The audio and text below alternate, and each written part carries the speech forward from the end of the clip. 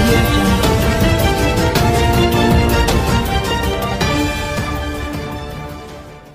ఎందుకంటే ఈ రోజు తెలంగాణ ఒక విఫల రాష్ట్రంగా చేయాలని ఒక ఫెయిల్యూర్గా చూపెట్టాలని చాలా కుట్రలు జరిగినాయి. అనేకమైనటువంటి ప్రయత్నాలు చేసినారు. వాటన్నిటిని కూడా చిన్నాభిన్నం చేసి నిలదొక్కుకొని ప్రబల రాజకీయ శక్తిగా ఎదిగి ఈరోజు దేశ రాజకీయాల గురించి ఆలోచించే స్థాయికి టీఆర్ఎస్ ఎదిగింది అని చెప్పి నేను మనవి చేస్తా ఉన్నా. దేశంలో అగ్రశ్రేణి రాష్ట్రాలలో ఒకటి తెలంగాణ అని మా మిత్రుడు అన్నాడు. అది వాస్తవం కాదు.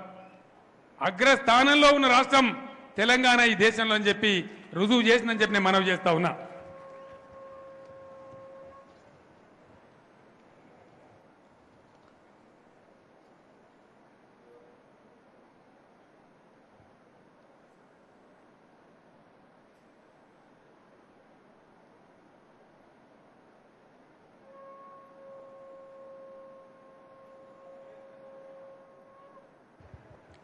అనేకమైనటువంటి అంతర్జాతీయ సంస్థలు, కేంద్ర ప్రభుత్వ సంస్థలు, హడ్కో లాంటి సంస్థలు, నాబార్డ్ లాంటి సంస్థలు దేశంలో ఏ రాష్ట్రానికి కూడా ఇవ్వనటువంటి 100 పైచిలకు అవార్డులను తెలంగాణ రాష్ట్రానికి ఇచ్చినారని చెప్పి మనవి చేస్తా ఉన్నాం.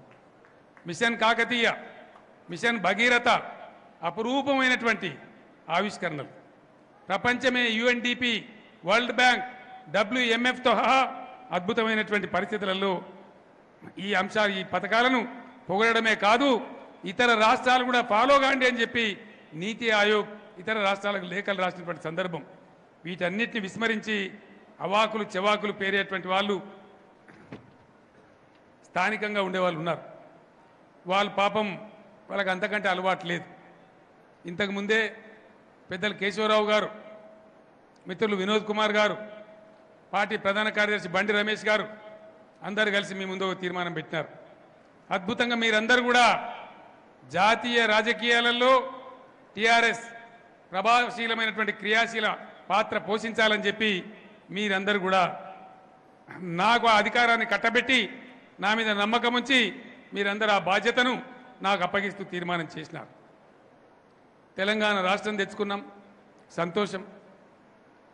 అద్భుతంగా దేశమే ఆశ్చర్యపడే విధంగా అభివృద్ధి చెందుతూ ఉన్నాం. ఇతర రాష్ట్రాలకు మార్గదర్శకంగా ఉన్నాం. చాలా అద్భుతంగా ముందుకు పోతూ ఉన్నాం. ఈ సందర్భంలో గత ఏడాది కాలం నుంచి, ఏడాదిన్నర నుంచి ఇప్పుడున్న కేంద్ర ప్రభుత్వ వైఖరి పరిశీలన చేసిన తర్వాత, గత అనుభవాలను క్రోడీకరించుకున్న తర్వాత, గత 40 సంవత్సరాలుగా నేను రాజకీయాలలో ఉంటూ అనేక పదవులలో ఉండి చూసినటువంటి అనుభవ సారాన్ని అవగాహన చేసుకున్న తర్వాత, ఎందుకంటే నేను రాష్ట్రంలో మంత్రిగా పనిచేసినాను, ఎమ్మెల్యేగా పనిచేసినాను, డిప్యూటీ స్పీకర్గా చేసినాను, కేంద్ర మంత్రిగా పనిచేసినాను, 4 సంవత్సరాల నుంచి ముఖ్యమంత్రి కూడా పనిచేస్తూ ఉన్నాను. వీటన్నిటి అనుభవాలను బట్టి ఈ దేశం ముందుకు పోతున్నటువంటి పరిస్థితులను బట్టి చూస్తే దేశంలో జరగవలసింది జరగడం లేదు, లోపం ఉంది. దీన్ని సవరించాల్సిన అవసరం ఉంది. రాజేశ్వర రెడ్డి గారు ఆ మిత్రులకు కాపీ చేయండి, ప్రెస్ మిత్రులకు. విజయ్ దగ్గర ఇచ్చేయండి, ప్రెస్ వాళ్ళకి అవి సర్క్యులేట్ చేయండి. జరగవలసింది జరగడం లేదు. ఇది చాలా ముఖ్యమైన విషయం. ఊరికి ఆషామాషిగా తమాషగా నేను చెప్పడం లేదు. కఠోరమైనటువంటి వాస్తవాలు మన ముందు ఉన్నాయి. ఒకటే ఒక మాట హైదరాబాద్ నుంచి నేను చెప్పినాను. 64 సంవత్సరాల వయసు వచ్చింది. సరే, తెలంగాణ సాధించుకున్నాం, బాగా పనిచేసుకుంటా ఉన్నాం, ఇక్కడేమి తిరుగులేని శక్తిగా ఉన్నాం, అప్రతిహతంగా ముందుకు పోతాం, లోటు లేకుండా ఉన్నాం. కానీ పానం బక్కపలచదైనా మొండి ఆలోచన, ఏదో జరగాలి అనే తపన, ఈ దేశానికి ఎంతో కొంత మేలు ఈ తెలంగాణ గడ్డ నుంచి జరగాలనేటువంటి ఒక మంచి ఆలోచన, దాంతో తప్పకుండా చేయగలిగితే చేయాలి, పోరాటం మొదలు పెట్టాలని చెప్పి నిర్ణయం తీసుకొని ఒక ప్రకటన నేను చేసిన. అది ప్రకటన కాదు, ప్రకంపన. గంగవేరులు ఎత్తా ఉన్నారు, ఈరోజు భయపడతా ఉన్నారు. చిన్న ప్రకటన ఈ బక్క ప్రాణం ఈ తెలంగాణ గడ్డ నుంచి చేస్తే దద్దరిల్లిపోయి రాహుల్ గాంధీ మాట్లాడతాడు. కేసీఆర్ నరేంద్ర మోడీ ఏజెంట్ అంటాడు. అంటే నాకు అర్థంగా దేశం గురించి దేశ రాజకీయాల గురించి మాట్లాడే టేకేదారి ఓన్లీ కాంగ్రెస్ బీజేపీ రెండే తీసుకున్నాయా? ఇంకెవరు మాట్లాడద్దా ఈ దేశంలో? ఎవరికి అధికారం లేదా? మాట్లాడదామా వద్దా? మాట్లాడదామా? మాట్లాడదామంటే వాళ్ళు ఒకసారి ఆకాశం బద్దలైతే చప్పట్లు కొట్టండి దయచేసి.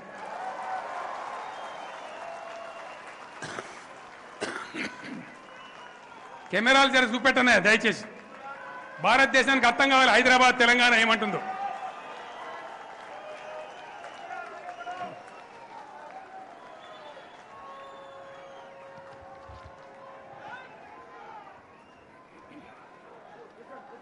ఈరోజు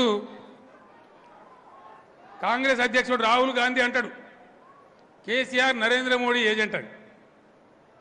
బీజేపీ ఆయన అంటాడు ఇక్కడ ఈ ఫ్రంట్కు టెంటే లేదు, మీ ఫ్రంట్ ఎక్కడదు అని.